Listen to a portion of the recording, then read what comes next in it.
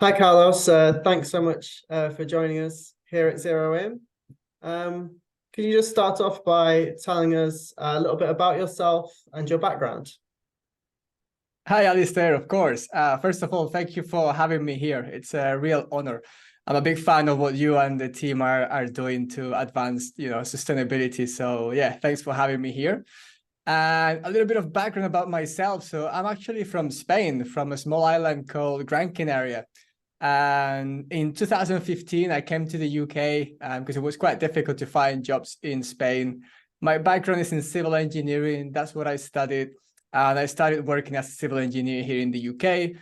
That was nearly 9 years ago now. And most recently, I mean, since I came here, I've been developing a lot of interest into social impact, sustainability, and I've realized that that's really where my heart is, where my passion is. So I'm now trying to spend more and more time into that sector of sustainability, social impact, which led me to last year start a platform called Good Ripple, which is a platform with the aim to connect change makers effortlessly and meaningfully. And yeah, I think that's what led me to today.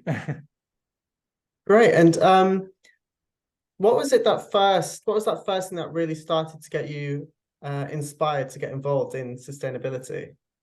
Good question. So there was this really one moment when, as I said, I'm from Gran Canaria. And if you know where the Canary Islands are, it's basically in front of Africa. But we're not generally associated with Africa because politically we're Spain. But it's funny because I've got some friends from Western Sahara, which is the country just in front of the Canary Islands.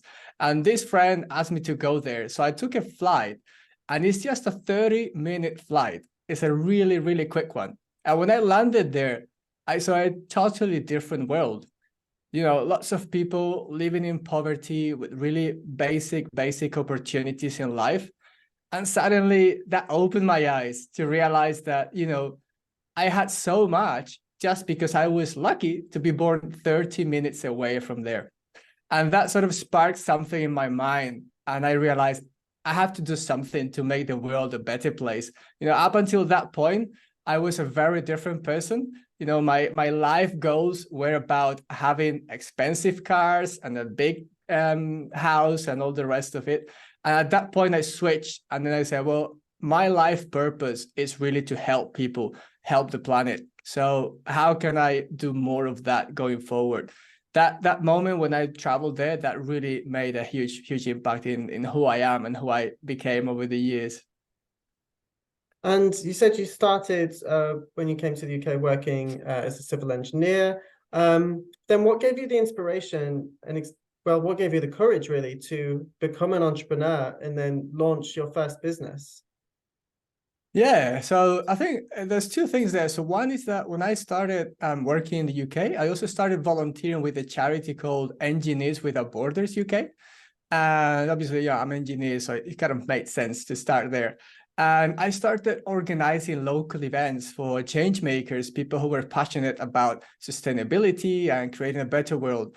And I was putting so much energy, so much effort and time into this. Like all my spare time, my evenings, weekends were going into this. And suddenly I started meeting a few change makers who were living in my street or in my neighborhood. I was like, this is mind blowing. I could have been living here forever without knowing you were just across the street. So it made me think there should be something out there that helps you find these change makers around you so that you can get inspiration, get ideas, and start working together. But there wasn't anything. So I've always had since 2015 this idea of creating Good Ripple, but actually I never did it. So fast forward to 2018, I went on a volunteering for 3 months to Nepal. So I was working there as a team leader for a team of 10 people in a very, very rural village. And that made me, reflect a lot about my life, what I was doing, and how could I live a more meaningful life going forward. And that's where I came up with the idea of Bagmaya, which is the first company that I started. That's where my, entrepreneurial journey started. We came up with the idea there in Nepal to try and continue our positive impact in there. So we were creating backpacks made with hemp. So when I came back from Nepal, I started running that company as a side hustle. You know, I still had my main job and I was testing that. So yeah, so that's how I started learning a lot about entrepreneurship and, you know, all the different hats that you have to wear to make that happen. Amazing. And you've mentioned them already, Good Ripple and Terol Engineering, but you've launched those two businesses in the past 4 years alone since Bagmire. So how do you know when you're ready to launch a new company? And then how do you divide your time between all these enterprises of yours? Good question. I think when you know you're ready, I think that's a really hard one to know. I think it's like having a baby. You just go for it and, you know, you figure it out as you go along. At least that was for me. Like I had this idea and I wasn't sure if it would work or if I had the skills to do it. But I just went with it. I was like, okay, I'm going to put my passion into this and see what happens.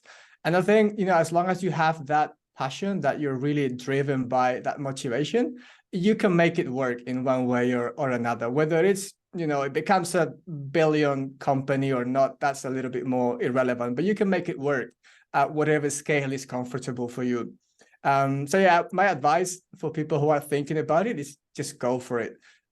Maybe to de-risk it, maybe you can do as I did. Like I started doing that as a side hustle whilst I had my main job. And then whilst having my main job, I also started doing freelancing to see if I could actually, you know, get work on my own. And that actually worked really well. So I ended up leaving my corporate world, my corporate role. And then after a year or so, I had so much work that I started Terol Engineering as a company. And then after 2 years, I started last year with Good Ripple. How do you split your time? That's a really tricky one. You know, as an entrepreneur, like all entrepreneurs know this, and you're quite stretched in terms of time. You're always, you know, thinking your weeks are really short. And ultimately, I think it comes down to making sure that you're not, you know, not looking after yourself enough. Like I do a lot of meditation and yoga in the mornings, for example, and that helps me stay on track, even if the day goes crazy after that with Bagmaya, Terol Engineering, Good Ripple, and everything else. But I would say in terms of the split, obviously you need to find something where you can sustain yourself in terms of, you know, financial sustainability. But I would say try to focus more also on that passion, like what's really driving you. And eventually you can probably find a way of getting that passion and using that to make a living as well. But yeah, it's a difficult one to juggle, really. And yeah, starting off with Terol Engineering, can you tell us a little bit about that business and what that does? Yeah, so what we do is mostly civil engineering consultancy. So we create designs for civil engineering projects all around the world. And the main reason why we started is that because I was working before for a big consultancy, I saw the amount of waste that it was creating as a consultancy, you know, from simple things as just the printers that, you know, there were so many papers in there that people were like wasting and wasting, to like, you know, the huge amounts of energy that goes into having that huge office building, you know, that was half of the time empty. And, you know, all the energy, all the toilet paper, all the heating, everything, plus lots of travels to go to different offices to work with different clients, to watch the projects on site, to just work with other teams in other offices. There was so much travel going on. And, you know, I was reflecting a lot about it. I think like all of this is really not necessary. Like I can do my job as well as I'm doing it now without all of this waste. So I created Terol Engineering, and we've kind of demonstrated that you can do the same job a lot more efficiently. So right now, you know, we work 100% remotely. We don't go to any client's office. We don't do any travel for work at all to see any site. And, you know, our clients are super happy, and even happier than the clients I had before, where I was going to their offices and everything. So I think it's about learning that you can manage those relationships and get really good quality without having to have a huge office or lots of trips to offices. So we've managed to, bring down our carbon footprint a lot. We're just a small team of 3 people, but our entire carbon footprint for last year was 1.7 tons, which is like really small because it's literally, just computers and energy. So yeah, compared to that huge footprint that we had before in this consultancy, it's a huge improvement. Incredible. And yeah, let's talk about Good Ripple then. And what are its core values, and what are you working to achieve through it? Yeah, so as I mentioned before, Good Ripple came up with this idea of responding to the question, how do you know that your neighbor is not trying to change the world like you are, or at least wants to, right? Because we don't know that much about people around us. So our long-term idea is to have our own platform as a mobile app where you can see a map and you can see all these change makers around you, and you can very easily filter by, whether it's skills or passions or sustainable development goals, and find these people, connect with them, and start creating a better world together. So it's all about collaboration, co-creation. But right now we're still very early stages. So we started last year. We started with what I call a low fidelity MVP in the form of a community. So I didn't want to spend a lot of time, creating a mobile app that then nobody would use. So I thought, okay, how can I bring people together quickly to start testing if change makers want to connect with each other? Because maybe it's just me, right? So we created a community around 12 months ago now. And in just 1 year, we've grown to 2,100 people in the community from 90 countries around the world. So we have nearly half of the world in our community. And to me, that's really inspiring, seeing that there's a lot of positive reaction to it. And change makers, yes, they want to connect with each other. So we're now in that stage. Next year, we want to focus a lot on how to bring extra value to people. How can we make those connections a lot more proactively and more meaningfully? And then hopefully start putting together something like an MVP of the real app so that we can testing with the community as well.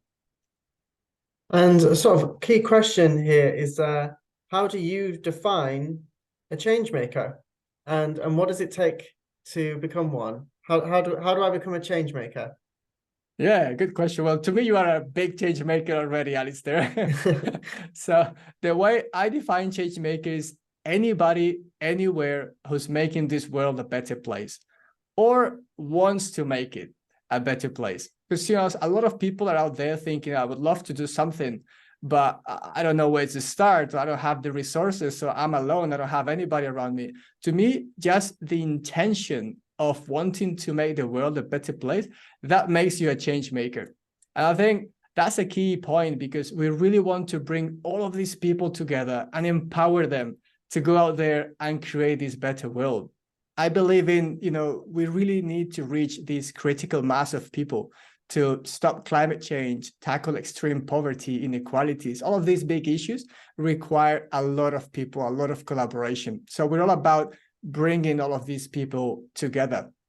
And yeah, so for me, change maker is anybody making the world a better place, whether it's sustainability, social impact, inequalities, mental health, diversity, human rights, you name it, anything.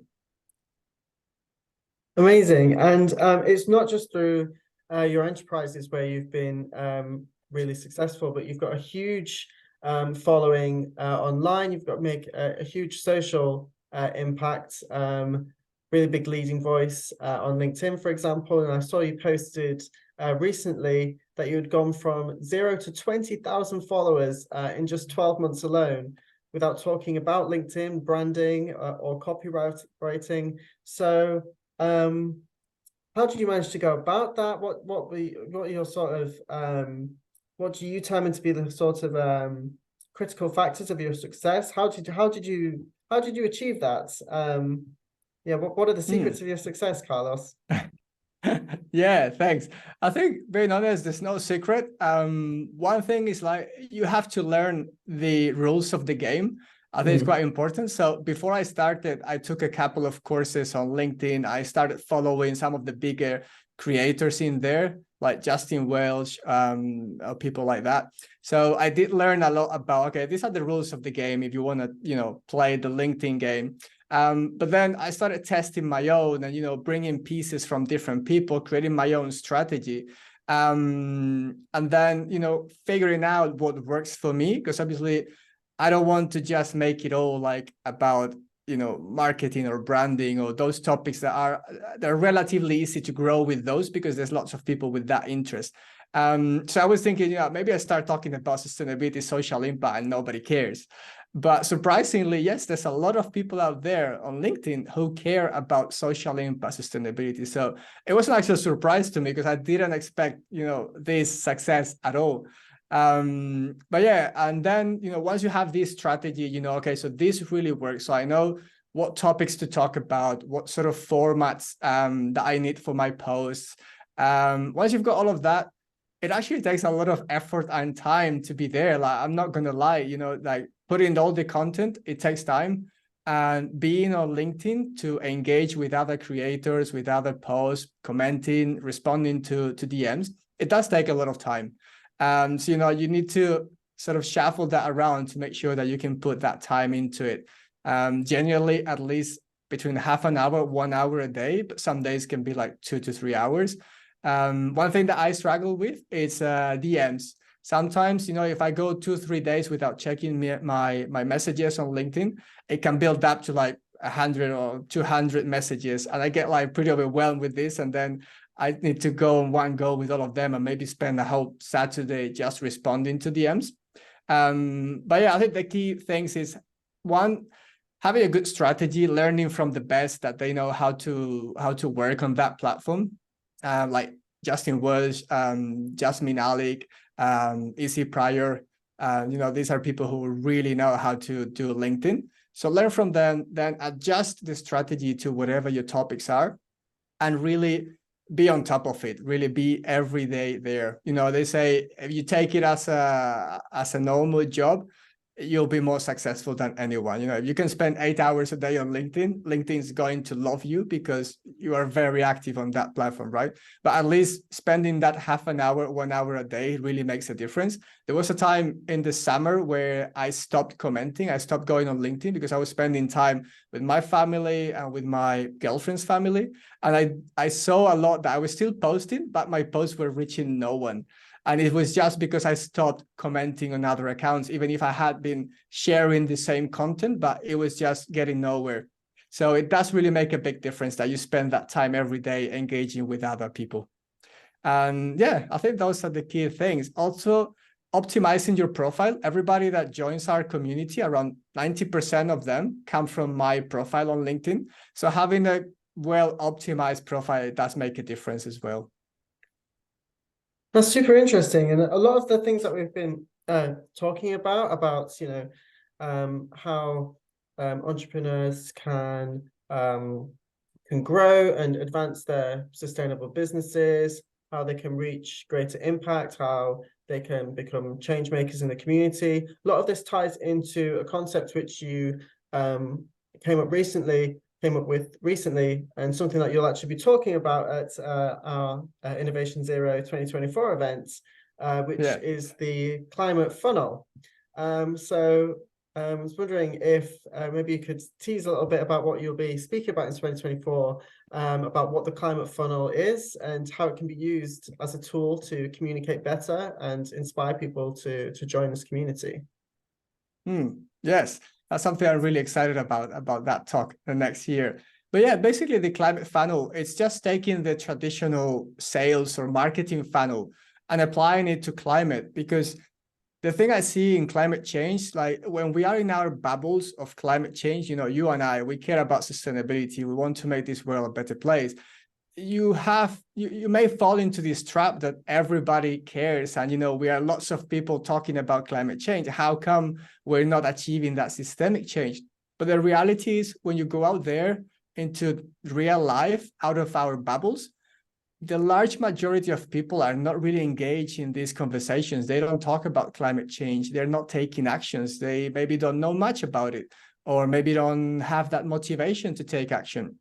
So, you know, what I've seen in my own experience is that you can't just wake up one day and decide to change the world without having a previous interest, right? So we're all part of this journey where, you know, first you're not aware of climate change, then somebody mentions it to you, or, you know, nowadays most people are aware because we see it in the news and everywhere, but you'll be surprised that some people, I talked to one person this year who had never heard of climate change before, which is quite shocking, but there are people out there. So even within the funnel, so once you get into the funnel, you are aware of climate change. First of all, you're not going to take action unless you start building up your interest, learning more about it. Okay, what are the actual causes of this? What problems does it cause? And what are the consequences? And what role can I play in all of this, right? So you start building that motivation. And once you're motivated, then you can start taking actions. Within actions, I like to differentiate between low impact and high impact actions. And the reason for this is that we hear a lot the saying that individual actions won't stop climate change, that we need systemic change. And although I think, yes, that is true in a way, but it's not really empowering people to take action. You are telling people, just sit down and relax because somebody else, the government, the corporates will take care of this. And I think we need to change the narrative so that we can start motivating people to take those high impact actions that are aimed at systemic change. So things like joining movements, creating movements, protesting, going to your MP and asking them, you know, what are the changes that you want to create? Things like that that really, you know, tap into systemic change directly. They're signing petitions as well. So I think, you know, but you cannot really get people to do that unless previously they've done all the other parts of the funnel. So right now the funnel's got this shape. It's really wide at the top with lots of people aware but not taking action, and very narrow at the bottom with a few of us taking high impact actions. And what we need to do is swap that and make it really wide at the bottom, bring a lot of people in so that we can actually create that systemic change. And one high action we can take, high impact action, is just talking about climate change, you know, inspiring other people to come into the funnel, to widen the funnel, because that's how we can reach that critical mass to really achieve systemic change. Well, it's really, really exciting. We cannot wait to feature this on our program. So everyone watching, Carlos is going to be speaking on our second day on the 1st of May. So please do make sure that you come along and listen to his talk about the climate funnel. And please do make sure also to follow Carlos and join his community of change makers at Good Ripple, which will all be linked below. And thank you so much, Carlos, for taking the time to speak with us. And we look forward to seeing you in London. Yeah, thanks again, Alistair, for the opportunity. It's a real pleasure.